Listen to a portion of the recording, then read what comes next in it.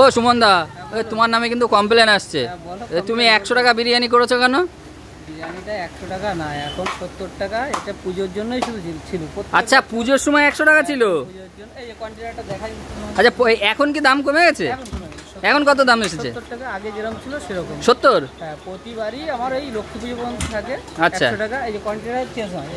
ও আচ্ছা আচ্ছা, এই 100 টাকা তার জন্য দামটা ছিল। 1000 ml কন্টেনার দিতাম আমরা পুজোর সময়ের জন্য 100 টাকা দাম ছিল তোমার, তাই তো? এখন পুজো চলে গেছে, আবার সেই 70 টাকা দাম চলে এসেছে।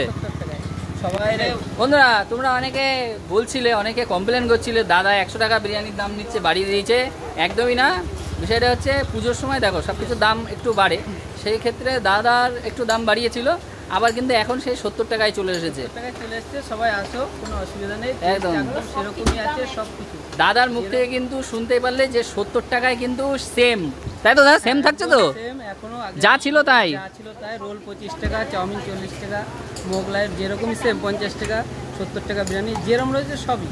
শুধু পুজোর জন্য, পুজোর কটা দিন যদি আমাদের ইনকাম না করতে। না না, সে তো ঠিকই না।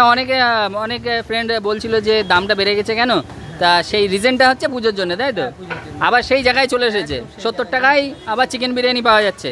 মটন কি রাখছো আবার নাকি? মটন রাখছি, সে 130 টাকা। কিন্তু সবার যা কমপ্লেন মনে হচ্ছে আমার আরও 10 টাকা বাড়াতে হবে।